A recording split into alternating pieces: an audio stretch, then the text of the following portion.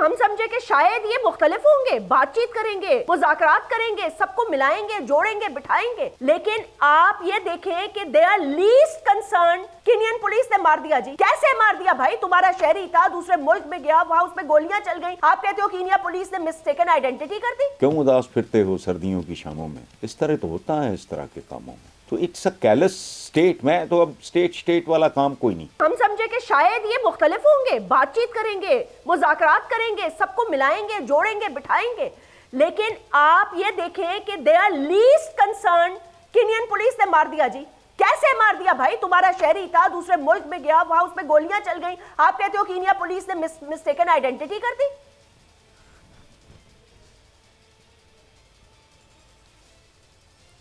देखो, ये इस तरह की कैजुअलिटीज, इस तरह की भयानक जंग में जिस तरह की शुरू है इस मुल्क में, वो अच्छा, हम अरशद शरीफ चूँकि एक जर्नलिस्ट था, नोन था, उसका मातम हो रहा है। मुझे तो उस बच्चे का नाम भी नहीं याद जो वो फायरिंग के दौरान जो एक दो कैजुअलिटीज़ हैं, उनका को आगा पीछा, उनका को माँ बाप, उनका को ख़ानदान। ये तो फिर होता है। वो कहते हैं क्यों उदास फिरते हो सर्दियों की शामों में? इस तरह तो होता है इस तरह के कामों में। तो इट्स अ कैलस स्टेट। मैं तो अब स्टेट वाला काम कोई नहीं। और मसलसल याद रखें आप, एक लेवल आता है, एक स्टेज आती है जहां अवाम का रिश्ता फेड आउट होने लगता है स्टेट के साथ। इस वक्त इस मुल्क का हर शहरी, मैंने अभी बात की थी, अशराफिया का हो या अवाम, वो लाताल्लुक़ हो चुका है। उसका कंसर्न है कल भी नहीं, I am a very today person. पूरी की पूरी कौम आज में जिंदा है, कल की किसी को कोई परवाह नहीं।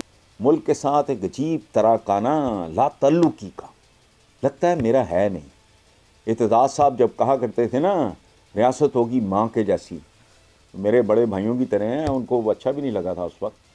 तो मैंने कहा था कि रियासत अब तक तो जैसी है, ये सुतेली माँ के जैसी होगी, ये सगी माँ के जैसी हो नहीं सकती। ये केजरीवाल आपके पड़ोस में नहीं बैठा दिल्ली में, 2 अरब का त्यारा, उसने कहा लानत, मैंने नहीं लेना। तब्दील बीजेपी सहमी हुई है उस आदमी से। उसका बंदा फिर वो ईस्ट पंजाब में भी आ गया, वो कर रहा है उधर। अब बीजेपी को मुसीबत पड़ी हुई है, एक जेन्युइन आदमी है, नीट क्लीन खूबसूरत, ना कोई ड्रामा ना कोई नौटंकी, वो डिलीवर कर रहा है, ख़त्म कर रहा है। इस मुल्क का रिश्ता ख़त्म। पहला झटका लगा था, याद रखना, फॉल ऑफ ढाका पे। ठीक कह रहे हैं।